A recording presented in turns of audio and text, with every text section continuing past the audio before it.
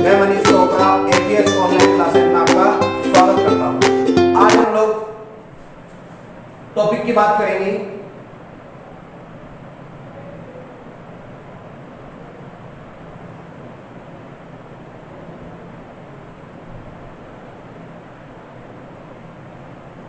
Cyclotron. आज हमारा topic है साइक्लोट्रॉन।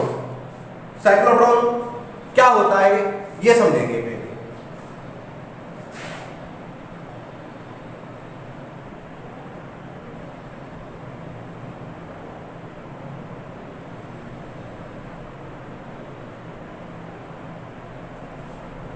परिभाषा क्या होता है साइक्लोट्रॉन, परिभाषा समझे इसकी।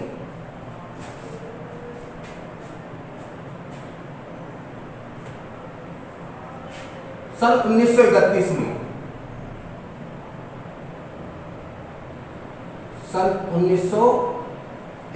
में दो वैज्ञानिक थे, लॉरेंज तथा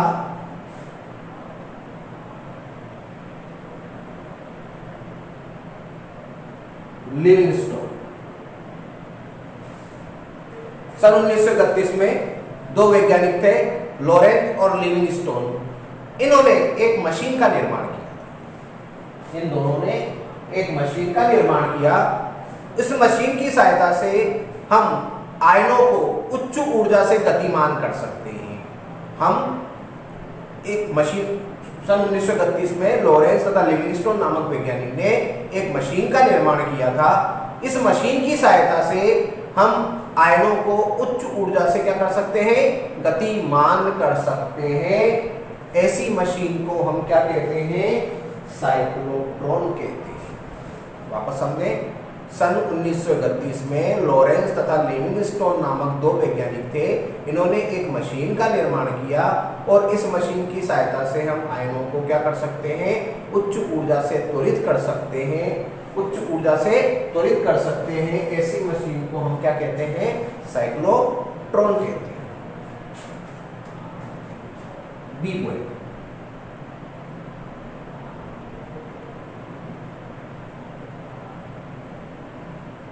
सिद्धांत।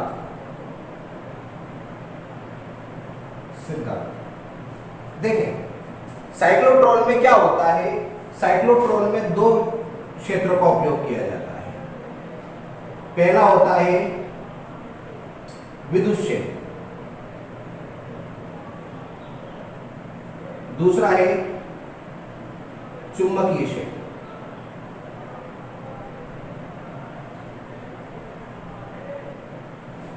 साइक्लोट्रॉन में दो प्रकार के क्षेत्र होंगे, एक विद्युत क्षेत्र और एक चुंबकीय क्षेत्र। विद्युत क्षेत्र की सहायता से हम क्या करेंगे, आयनों की ऊर्जा में वृद्धि करेंगे। आयनों की ऊर्जा में वृद्धि करेंगे और चुंबकीय क्षेत्र की सहायता से हम क्या करेंगे, आयनों को वर्ताकार पथ पर गतिमान करेंगे। ठीक है भाई। तो विद्युत क्षेत्र की सहायता से तो हम क्या करेंगे, आयनों की ऊर्जा में वृद्धि करेंगे और चुंबकीय क्षेत्र की सहायता से आयनों को वर्ताकार पथ पर गतिमान करेंगे। ठीक है, आयनों को नहीं, आयन्स को बोलते हैं। आयन की ऊर्जा में वृद्धि करेंगे और आयन को वर्ताकार पथ पर गतिमान करेंगे। परंतु ऊर्जा बढ़ेगी तो आयन वर्ताकार पथ पर गतिमान होगा और जैसे जैसे ऊर्जा बढ़ती जाएगी वो पहले की अपेक्षा और अधिक त्रिज्या की वर्ताकार कक्षा में गतिमान होता जाएगा। ऐसे जैसे ये है, ऊर्जा बढ़ी तो और वर्ताकार पथ की कक्षा पर गतिमान हुआ। तो इस प्रकार से उसकी ऊर्जा बढ़ेगी तो वर्ताकार कक्षा की त्रिज्या भी क्या हो जाएगी, बढ़ती जाएगी और आयन का पथ जो है वो सर्पिलाकार हो जाएगा। इस प्रकार का, इस प्रकार आयन का पथ जो है वो क्या हो जाएगा, सर्पिलाकार हो जाएगा। तो सिद्धांत में क्या है, साइक्लोट्रॉन में विद्युत क्षेत्र की सहायता से आयनों को आयनों की ऊर्जा में वृद्धि की जाती है तथा चुंबकीय क्षेत्र की सहायता से आयनों को वर्ताकार पथ पर गतिमान किया जाता है, जिसके परिणाम स्वरूप कण का पथ जो है वो क्या हो जाता है, सर्पिलाकार हो जाता है।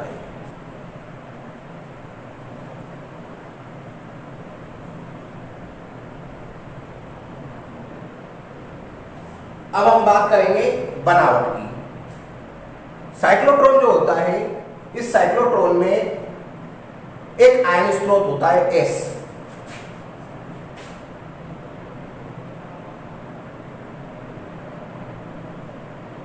ये आपका आयन स्रोत S है। अब हम क्या करते हैं, ये आयन स्रोत S होता है और इसमें साइक्लोट्रॉन में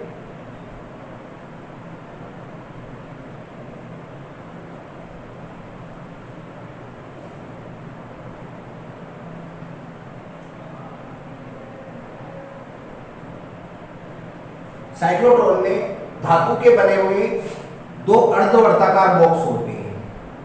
इस प्रकार से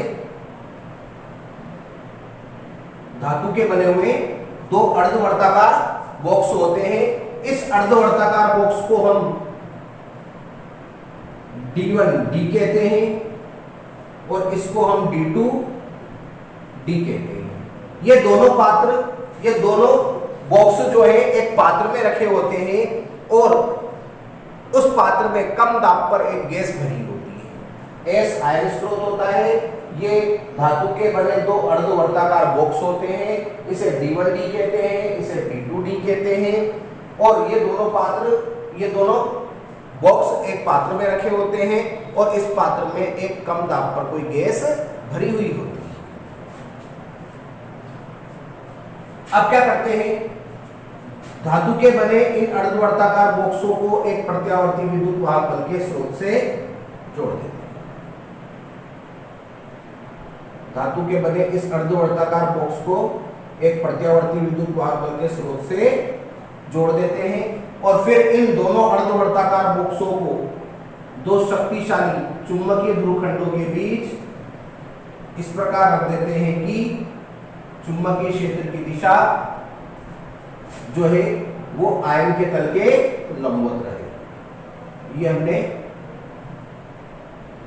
इनको दो शक्तिशाली चुंबकीय ध्रुवखंडों के बीच में रख दिया। ठीक है भाई। अब देखें, अब आती है इसकी कार्यविधि।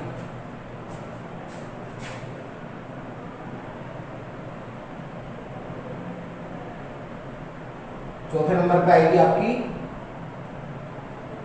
कार्यविधि। देखें, D1D और D2D प्रत्यावर्ती विद्युत वाहक बल के स्रोत से जुड़ा हुआ है। ध्यान रखें, प्रत्यावर्ती धारा इस प्रकार की होती है। इसका ये आधा चक्र धनात्मक होगा, ये ऋणात्मक होगा। ठीक है, तो अब क्या होगा, इस धनायन से, इस आयन स्रोत से एक धनायन उत्सर्जित होगा। ये धनायन उत्सर्जित होगा। ठीक है भाई, इस आयन स्रोत से धनायन उत्सर्जित होगा। जैसे ही धनायन उत्सर्जित होगा, इस स्थिति में ये D1D जो है ये ऋण विभव पर रहेगा। प्रत्यावर्ती विद्युत वाहक बल के आधे चक्र के लिए ये अर्धवर्ताकार बॉक्स का D1D ऋण विभव पर रहेगा, ये धन विभव पर रहेगा। और जैसे ये ऋण विभव पर रहेगा तो ये धनायन जब इससे उत्सर्जित होगा तो ये D1D की ओर आकर्षित होगा और D1D की D में क्या कर जाएगा, प्रवेश कर जाएगा। और प्रवेश करने के बाद जैसे ही ये इस जगह पहुंचेगा, जैसे ही इस जगह पहुंचेगा, इस प्रत्यावर्ती वोल्टा का, प्रत्यावर्ती विभव का अर्धचक्र पूरा हो चुका होगा। फिर अगले अर्धचक्र के लिए जैसे ही अगला अर्धचक्र चलेगा, जैसे ये वाला अगला अर्धचक्र चलेगा तो ये ऋण विभव पर आ जाएगा, ये धन विभव पर आ जाएगा और धनायन इसकी ओर आकर्षित होगा और इसमें प्रवेश कर जाएगा। फिर जैसे यहां पहुंचेगा वापस ये ऋण विभव पर आ जाएगा, ये धन विभव पर आ जाएगा और ये इस बॉक्स की ओर में प्रवेश कर जाएगा। परंतु इसकी ऊर्जा में लगातार वृद्धि होती जाएगी और ऊर्जा में लगातार वृद्धि होगी तो ये पहले की अपेक्षा और अधिक त्रिज्या की वर्ताकार कक्षा में गतिमान होगा। और जब तक ये इस बॉक्स के बीच में गतिमान होता रहेगा, इसकी ऊर्जा में वृद्धि होती रहेगी, और जब इसकी ऊर्जा बहुत अधिक हो जाएगी तो इस धनायन को हम टारगेट पर आपतित कर देंगे। तो इस प्रकार से ये इसकी कार्यविधि कंप्लीट होती है। गणितीय विश्लेषण। अब हम बात करेंगे गणितीय विश्लेषण की। देखें, इसमें सबसे पहला पॉइंट निकालेंगे हम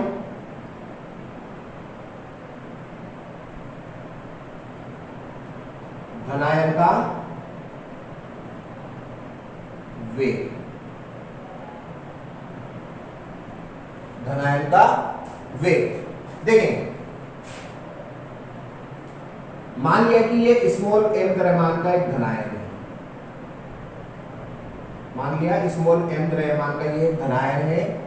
ये क्या कर रहा है, ये साइक्लोट्रॉन में इस प्रकार से वर्ताकार कक्षा में गतिमान है, और वर्ताकार कक्षा की त्रिज्या मैंने मान ली कितनी है, स्मॉल r। और मान लिया कि धनायन का जो वेग है वो कितना है, धनायन का वेग मैंने बोल दिया कितना है, v। तो जब स्मॉल m द्रव्यमान का धनायन स्मॉल r त्रिज्या की कक्षा में v वेग से गतिमान होगा, तो इस स्थिति में उसे वर्ताकार कक्षा में गतिमान होने के लिए जो बल लगता है उसे बोलते हैं हम अभिकेंद्रीय बल। तो जब कोई धनायन वर्ताकार कक्षा में स्मॉल r त्रिज्या के पथ पर v वेग से गतिमान होता है, तो वर्ताकार पथ में गतिमान होने के लिए आवश्यक जो अभिकेंद्रीय बल है वो उसे चुंबकीय बल से प्राप्त होगा, क्योंकि मैंने चुंबकीय क्षेत्र की दिशा जो है वो धनायन के लंबवत रखी है, जिससे क्या होगा, धनायन चुंबकीय क्षेत्र में वर्ताकार पथ पर गतिमान हो जाएगा। तो इस स्थिति में जो अभिकेंद्रीय बल है mv²/r, वो उसे कहां से प्राप्त होगा, चुंबकीय बल से। तो चुंबकीय बल अपन ने कल पढ़ लिया था qvb sin थीटा, थीटा का मान 90 डिग्री हो तो कितना हो जाएगा, qvb, ये v से v कट जाएगा, तो v बराबर कितना हो जाएगा, qrb/m।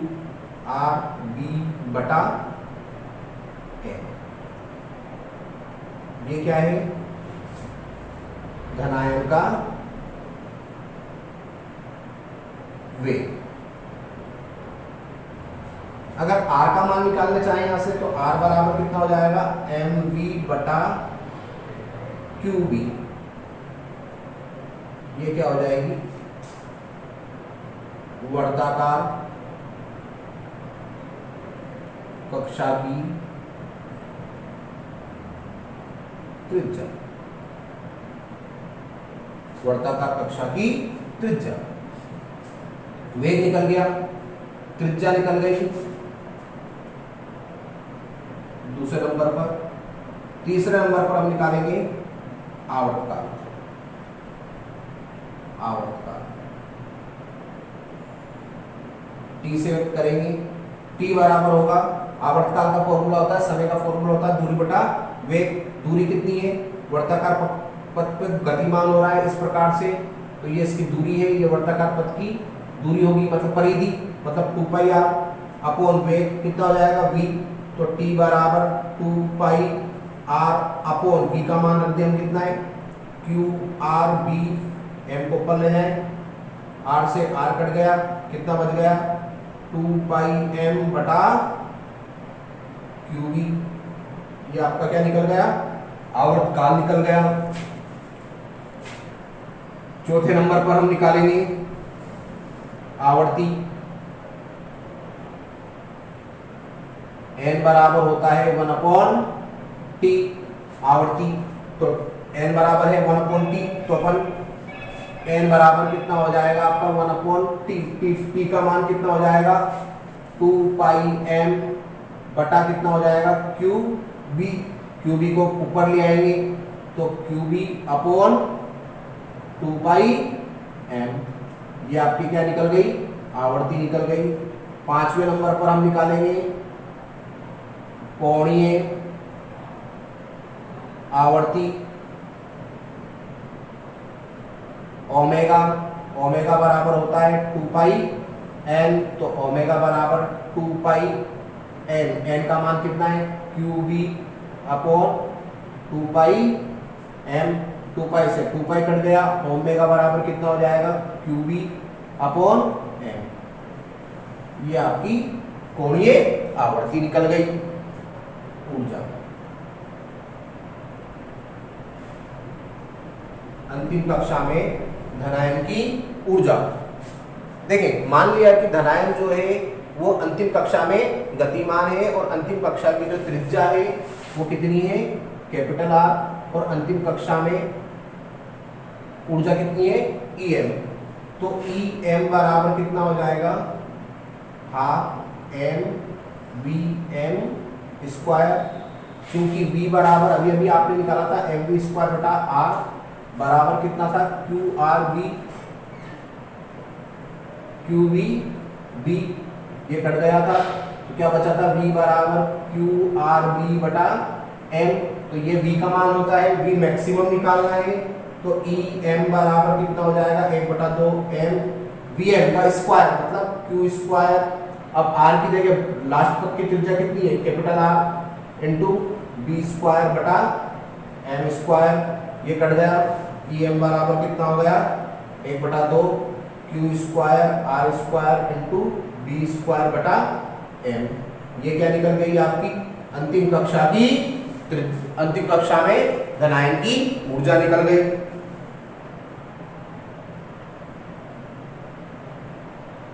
संख्या, चक्करों की संख्या।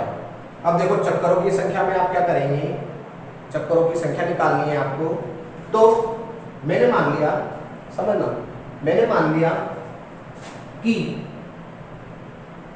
साइक्लोट्रॉन में धनायन कितने चक्कर लगा रहा है n चक्कर लगा रहा है। हमको क्या करना है चक्करों की संख्या निकालनी है। अगर हम q आवेश के कण को, ध्यान रखें, q आवेश के कण को v वोल्ट से गतिमान करते हैं तो उसकी ऊर्जा होती है qv। जब हम q आवेश के कण को v वोल्ट से गतिमान करते हैं तो उसकी ऊर्जा कितनी होती है qv। तो जब हम साइक्लोट्रॉन में धनायन को गतिमान करते हैं तो उसके आधे चक्र की ऊर्जा होती है qv, आधे चक्र की ऊर्जा qv। तो पूरे चक्र की ऊर्जा कितनी हो जाएगी 2qv।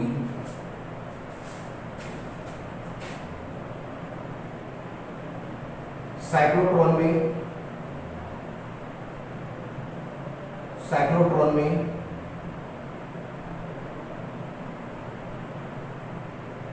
एक पूर्ण चक्र में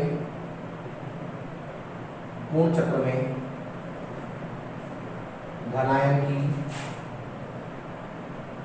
ऊर्जा